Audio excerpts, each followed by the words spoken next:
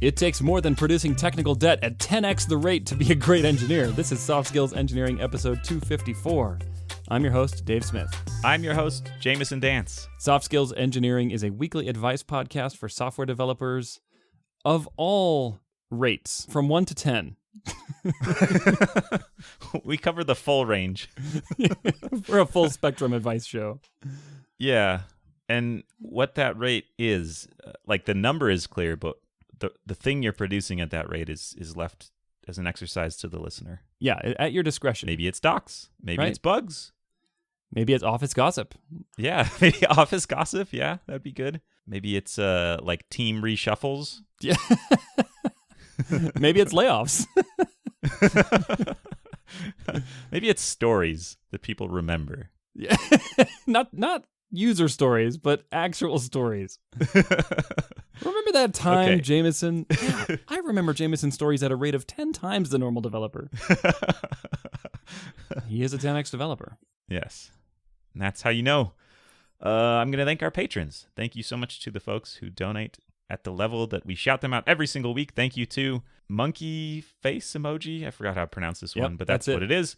Jonathan King, testingisdocumentation.org, Adrian Bordink, Roman Denisov, Fizzbuzz Influencer, Oladapo Fadye, Kjaren Sveinson, Ragnar Hardison, Nick Hathaway, Travis Sanders, Dennis Bogdanov, Braden Kane, Stephen Armanley, John Grant, Taras Haruk, Chris Hogan, the Agile Ventures Charity, Nick Cantar, and Philip John Basile. Thank you to those people and the people who have in the past supported the show and who will yet in the future support the show, and to the people who have in the past who have stopped and will start again in the future.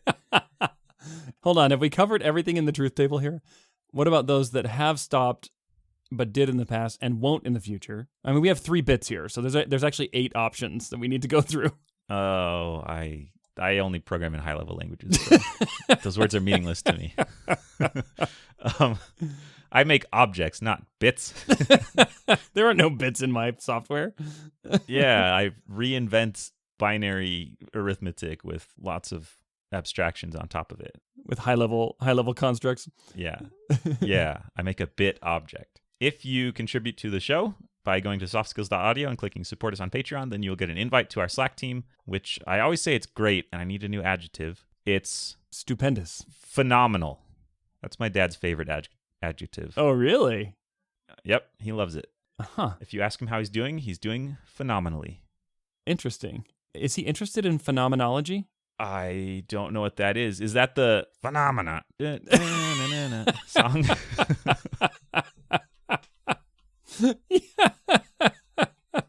But I've never heard of this. The study of structures of consciousness as experienced from the first-person point of view. I would say yes, but not to the amount that he says the word phenomenal. Okay. He's less interested in phenomenology and more interested in just saying phenomenal. Yes. Okay, got it. Good. Yeah, but anyways, join this phenomenal group. Yeah. We appreciate it very much. Thank you. All right. Shall I read our first question? Mm-hmm. This comes from an anonymous listener who says, "Hi, I just listened to your most recent podcast, and you mentioned having gone to hand therapy for what I assume is something like repetitive strain injury. It would be great if you could talk about this. I assume lots of engineers have issues with aching arms and hands, or to phrase it as a question, my hands often ache after coding for hours. I can no longer work in bed on a laptop, or my hands ache for a few days. What did you find out at hand therapy? Cheers." Hand therapy made my brain think of like hand boarding school or like hand reform school. And then I thought of like your hand can only make obscene gestures and it has to go to a therapist. Boot camp. Yeah, hand, what's the word? Like cotillion or like a behavior school. What do they call those? Oh, I think I know what you're talking about. They all sound kind of horrible. Yeah. If you're famous and you go to one, then you get to write a memoir about how it ruined your life afterwards, basically. Yeah. And if you're not famous and you go to one, you could get famous for writing a memoir about how it ruined your life. It's called hand finishing school. That's what... Finishing school, okay. Yeah. Yeah, maybe it helps you gesture eloquently. Yeah. So you know lots about this. I know nothing about this. I'm ready to just sit back and listen. I am an expert in hand pain, but you've had other body pains too, right? Yeah, that's true. I have had some back pain. That's mostly been self-inflicted from either, okay, I'm going to sit down like I sit probably an hour a day. My butt is as far off the edge of the chair as is possible.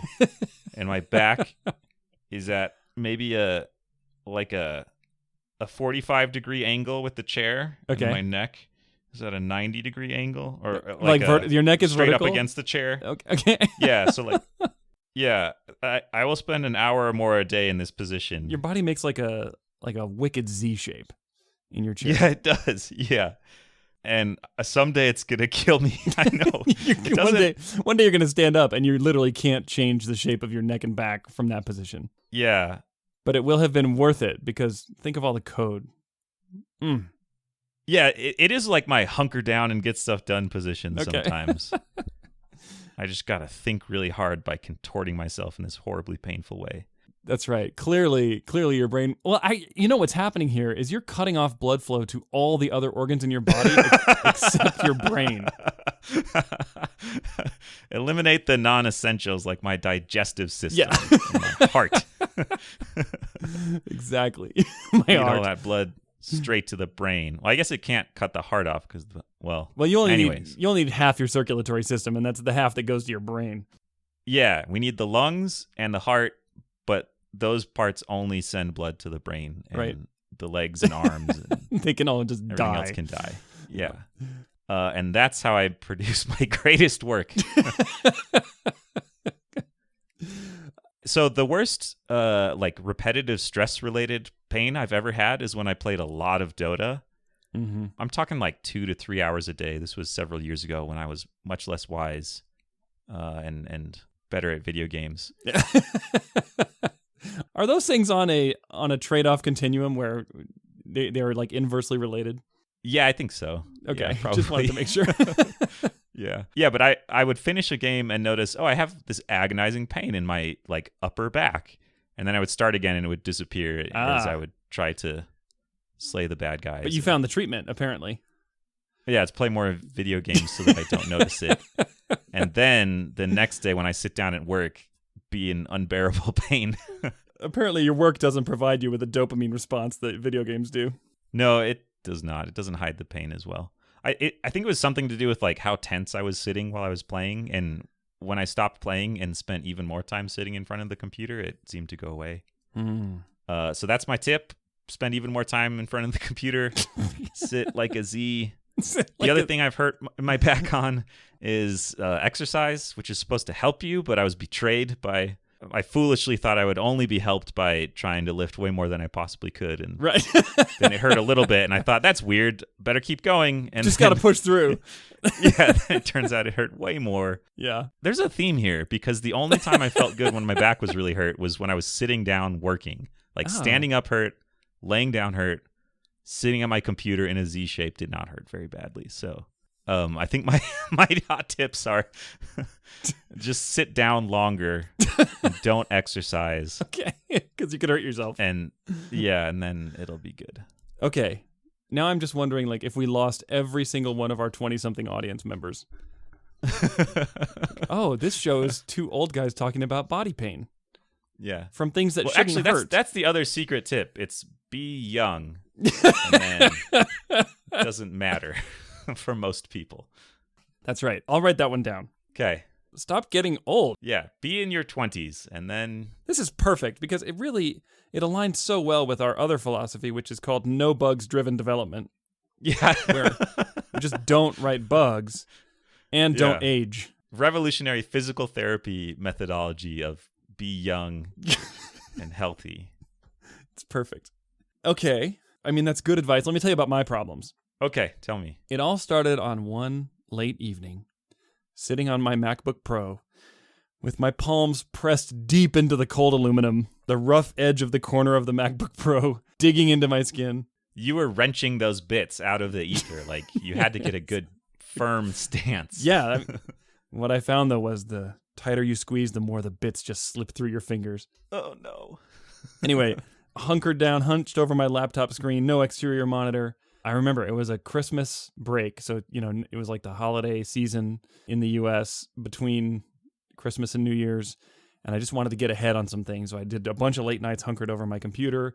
I spent a bunch of time laying in bed, and the bed position is like the prone Z, but I guess it's more like a W, where it's like laying on your back, neck and head propped up unnaturally with pillows so you can look forward, with hands kind of like a T-Rex, like squished up to your chest and just barely poking out from the front of your sternum, with your laptop sitting on your stomach and chest and propped up with a pillow behind it.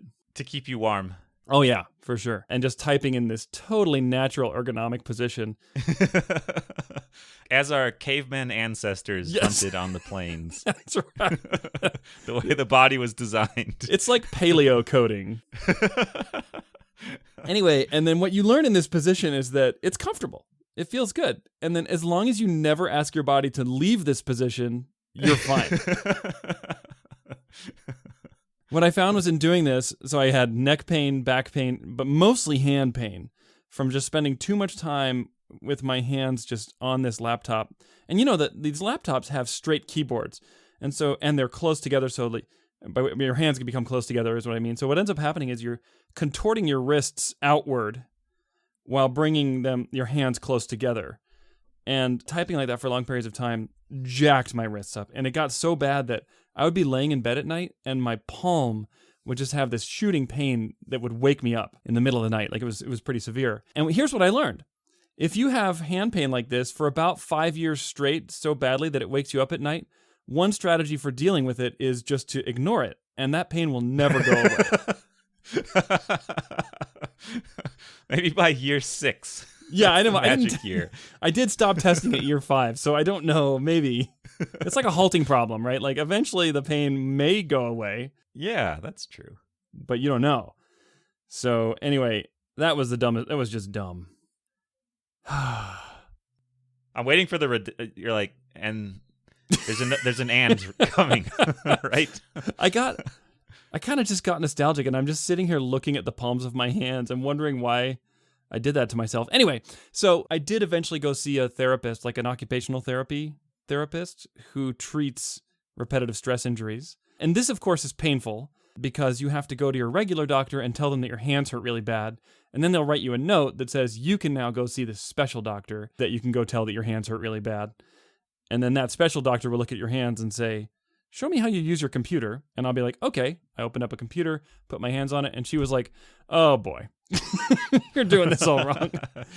And literally she goes, okay, take your palms. Well, did you take offense at that and show her the code that you'd written?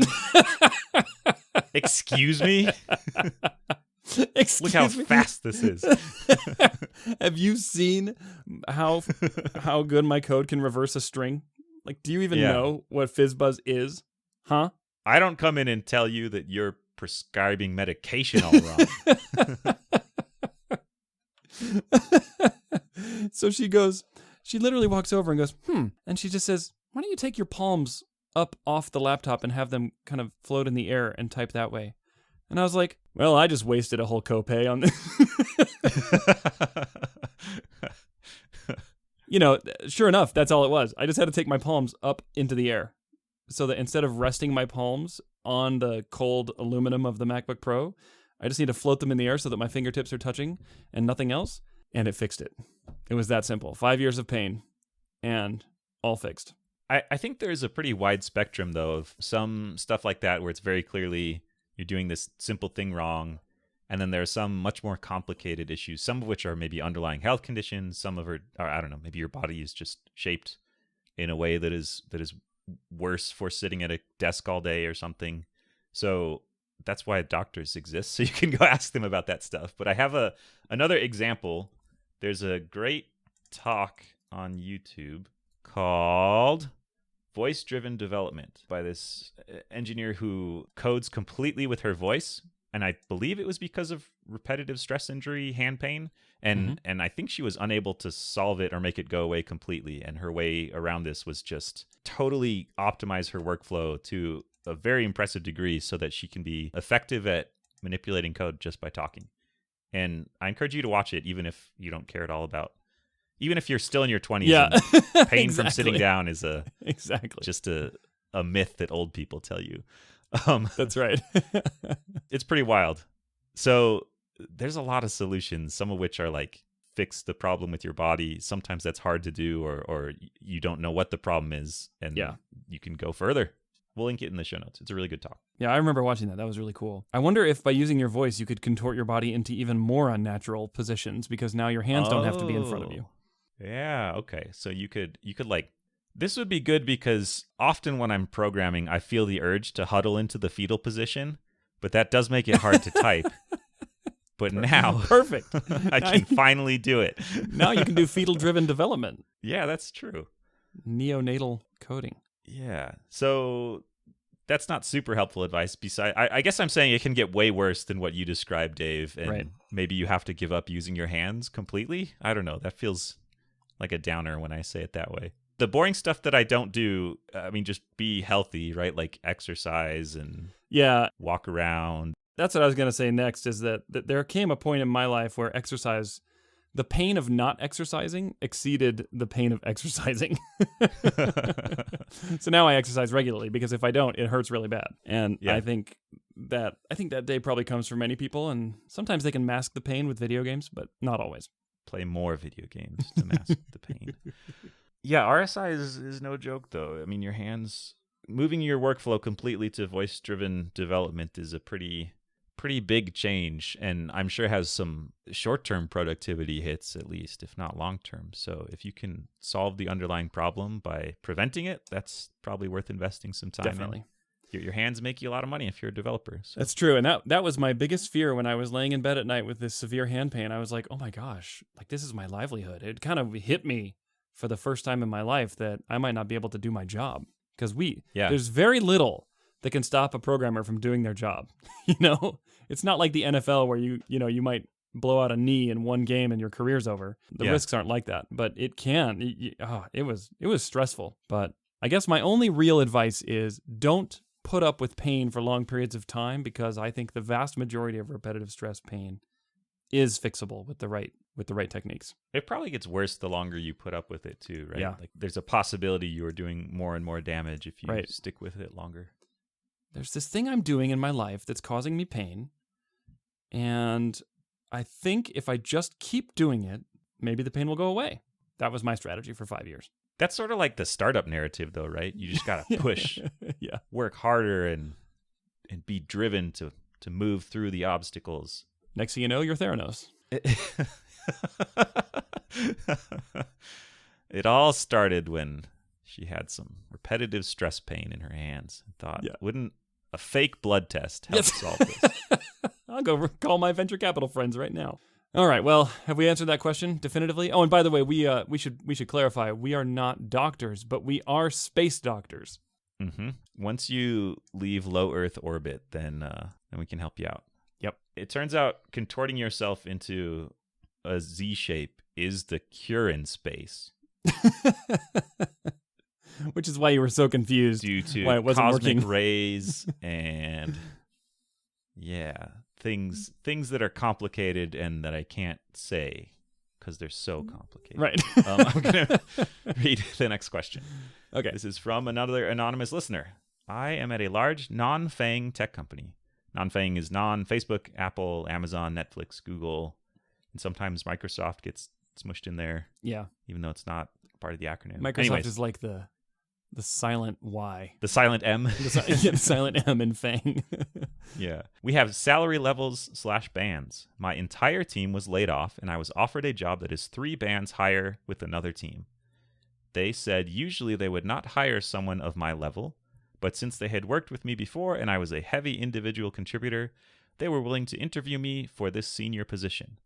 By the end of the process, they decided I was the most qualified candidate and offered me the job. They don't want to increase my level at all. Oops. This is displeasing to me. Yes. I was the most qualified candidate. Why not offer me the higher level as well? If an external candidate was the most qualified, they would have offered that person the higher level. Unfortunately, I believe that since I did not negotiate on my initial offer when entering the company, my perceived worth is tied to my compensation and low seniority level. How do I broach that I think this is unfair or that they should increase my salary? As additional information, I was given a raise by the previous team's manager of $20K in January as I found out I was the least compensated on the team by $30K, and I got upset at my boss because only about half the team had ever made a commit to any repo, and most have no understanding of OOP, which stands for Object-Oriented Programming. Perhaps this is why the team was cut. I feel my company might find it weird to see my salary increase twice in 1 year and reject for that reason. I feel you're going to tell me to quit and find another job. What? Come on. How presumptuous. Yes. Sorry, keep going. I've worked with the new team and can attest that they are kind, smart, have good engineering practices, and are given a lot of attention because they do AI. So it's not an opportunity I want to miss out on. Thanks. Love your show. It's like car talk for the 21st century. Oh. You can say anything and then say it's like car talk for the 21st century, and we'll probably read your question. Yes, that's probably true. That was one of our models, honestly. So it worked, I guess. Finally. Yeah, there's a lot here. There is a lot here. Oh, man. My mind is swirling with all the big company dysfunction that went on to make this situation come to be. A team where half of the people have never made a commit. I mean, I'm assuming that that's bad because their job is to write code. If they're not developers, then that's probably okay. But that would explain partially why they were laid off. Have no understanding of OOP. I can guarantee that's not why they were laid off. Yeah. Let this be a lesson, though, to always learn object-oriented programming, or else you're the first on the chopping block when layoffs come. Yeah. I mean, maybe that contributed to it, but the manager or whoever made this decision did not think, who knows the least about OOP in this org? I'm going to divide you all into 2 rooms. Imperative functional programming and object-oriented programming. If it means they don't know how to build software, then that could be part of why they don't write commits ever. But yeah, that's the bigger one to me. Like, oh, we hired you to write code and build this application and you haven't done it? Well, not sure what I'm paying you for. Yep. Here's what I theorize happened here. The team was laid off. You were kept for some reason, probably because you listened to this podcast. Sorry, that was just too funny. That's like the dumbest thing I've ever said. Okay, you were kept, and they found a position for you that they thought would be a good fit, but it was 3 pay bands higher than your current band. That can double your compensation, by the way, depending on levels. Like, that's a pretty big jump. Yeah, three levels is huge, especially at a big company. Although it depends. There are some companies like Microsoft that they have like 60 levels or something. So it could be that 3 is actually only like 2% of the of the band. I think in my company there are 10 levels. Yeah. And I've never talked to anybody in the top 2 levels. So effectively there are 8. And I've also never talked to anybody in the bottom 2 levels. Yeah. So there really are 6. So yeah, 3 levels is like halfway through the practical band or practical range. Yeah. It's like the entire known universe as far as you're concerned. Yeah, basically. I mean, halfway through the entire known universe. Anyway, that's exactly the reaction I had, because at the big mega co I worked at, it was the same kind of thing. There were 12 levels, but functionally there were like 7 for engineers. Maybe even less. If I moved up 3 levels, I would be a person that I currently have never talked to. Right. I would enter this fabled realm of people who only exist in the abstract. So figureheads on a corporate directory and sometimes email, but whose voices are unknown and unknowable. Yep. There would be an email sent out from the CEO saying, we have hired this person into this new role. Yes. That's how you know you've achieved the heights. Yes. So I think we should probably assume that 3 levels here is not the same 3 levels that you and I are calibrated on, because that's wild. Yeah. I mean, maybe there was an opening for that level, and then they couldn't fill it with someone at that level. I don't know. There is something weird going on here, though, because that is confusing. Yeah. They currently still have a job at their team where everyone else was laid off, right? You're now a team of 1? Is that what's going on? Or I don't know. Were they laid off as well, and this is their chance to like stay at the company? I think that's what's happening. Yeah, if that's the case, then you have very little power to negotiate. You can ask, and they can say no, and then you can say, well, I still want to keep working, So I accept. Okay. Yeah, exactly. I accept the thing that I previously said was unacceptable. Yeah. Yeah, if this is like get laid off or work in this role, then you can all you can do is ask and be prepared to hear a no. So what I would like to focus on is when you ask, what do you say to make this more likely to come down the way you want? And first of all, I'm latching onto a word that was in the question, which was, the word is unfair. How do I broach that I think this is unfair?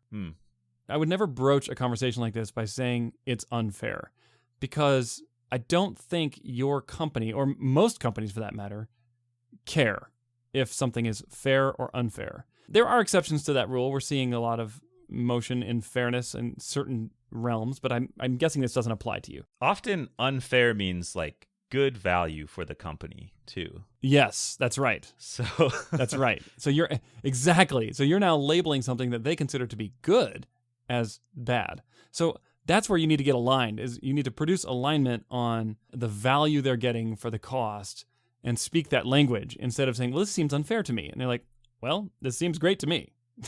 So let's find something that seems great to both of us. And this is what negotiation is all about, is understanding what's motivating them. And of course, what's motivating them is to try to extract as much value from you as they can while paying as little as they can. And that's fine. I mean, that's what we all do all the time when we're doing everything. And that's why I have no friends.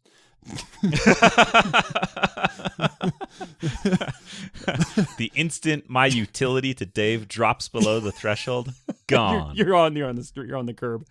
Oh, yep. Man. You'll know, because the last episode before that will be the last episode ever. Yeah, exactly.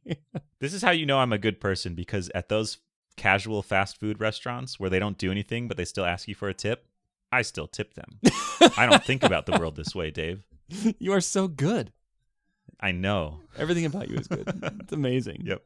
Okay, so the way that I would approach this negotiation, and understand everything is negotiable, even at mega co's, it just is a matter of how high up the ladder you're going to have to go to get someone to put their name next to a checkbox to say that they've signed off on it. Mm-hmm. What you need to figure out is, what do they have to lose? I mean, if you decide not to take this opportunity, but you are the most qualified position, they're going to have to fall back to someone else. And odds are, based on your description, that someone else is more expensive. And so the way that I would couch this is I would say, how much would you be willing to pay someone else who comes to do this job?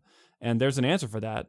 And you could say, well, I want to get there, or I want to get halfway there, or I want to plan to get there in the next 6 months. That's how I would approach it. That makes sense. And I would not use the word unfair. I mean, what if they say the amount that we are paying you right now? Oh, and then you find out that that's what... Then I think maybe you need to go study your HR guideline, because it sounds like maybe you don't quite have an understanding of how the system works here at this company. Yeah. Do you think it's worth digging into the levels thing of you had an opening that was much higher level than the role you're offering me, and I think I'm qualified for that? I have found that big companies, and I imagine, Jamison, you've had the same experience, moving levels is much harder than adjusting your pay, especially since a lot of these levels will have overlapping pay bands anyway. Yeah. And the reason it's hard is because when a crowd of people see that you've skipped 2 levels, they will become upset, and that will create more work for management. I mean, maybe it's not skip 2 levels, but what if you bump up 1 level? Yeah. This doesn't have to be all or nothing, right? Yeah. I like that. You're totally right that sometimes there are carry-on effects from promoting someone.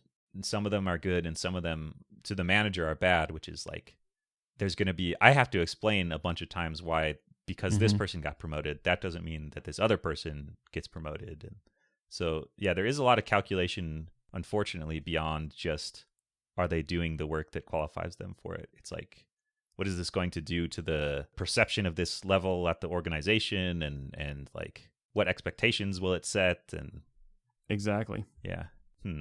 Managers worry about that stuff. Yeah. And at a large company, those worries are multiplied by a large factor, because it's not just one person who might be upset. It might be 1,000 people. Yeah. Well, so far, I still like your advice the best, Dave. It seems like they don't perceive your value the same way you do, so you need to demonstrate to them why that is different. If they can tell you, here's what we would pay to hire someone besides you, then they're probably very nice, or not very ruthless, or I don't know. I'd be surprised if they just said, well, we'll pay you X, but really we would be willing to pay someone X plus 20%. Yeah. And then you say, please give me that instead. That doesn't, I don't know. Most companies this size don't reveal those numbers anyway, by policy. Yeah. So what do you do if you can't get that information that directly? Well, and then that's when you take our second most popular advice, which is break into the HR department, get past the ninjas who guard the secret filing cabinet that has all the pay bands in it under the cover of night, and then figure out what it is through those means. Yeah. That takes years of training. And then just tell them, I just know that the pay band is this. Yeah. No, but Do like, not what? question how I know that. Yeah. Many good soldiers gave their lives for me to get this information. Huh. I feel a company might think it's weird to increase my salary twice in 1 year. I don't know that they'll think it I mean, I think you should just look at it case by case and ignore the fact that you already got a salary increase this year. Yeah, because me too. That sounds like it was a salary increase, not a level change. And if you treat this as, I think I'm qualified for the next level up, not 3 levels up necessarily or at all, then that's a different conversation. Level changes, at least in my experience, have these automatic salary increases that don't have much to do with what your previous salary increases have been. Yeah, that's true. Sort of, right? I mean, well, yeah, I don't know. I guess if you're like an outlier where you're way above or at the very top end of a pay band at one level, then maybe it won't bump you much. But it sounds like if this person truly was, as they say, brought in lower than expected because they didn't negotiate, then you might have a lot of wiggle room in your level to get your pay increase. And at the end of the day, that's probably what this person wants, just based on the question. Yeah. You know, the level is nice to have, but if you get the level increase but not the pay increase, what's the point? So I would say you probably have some room for negotiation within your level. And another takeaway for me is always negotiate when you're applying for a job. Don't just take the first offer. It's so worth it. We need to link Patrick McKenzie's article once again here, because here we are again with someone who didn't negotiate. So I'm just going to go ahead and click on that, put it in the show notes. Okay. We need a keyboard shortcut that does that. Well, have we answered the question, Dave? I think so. Good luck. Fun conversation, exciting conversation. You can spend the weekend fretting about it and then go in on Monday. And tell us what happened. We'd love to hear. What can people do if they want to ask their own questions, Dave? Go to softskills.audio and click Ask a Question, where you can fill out our form. And we just want to say thank you to so many people who do that every week. We really appreciate all your questions, and we promise to answer them all one day. All right, catch you next week.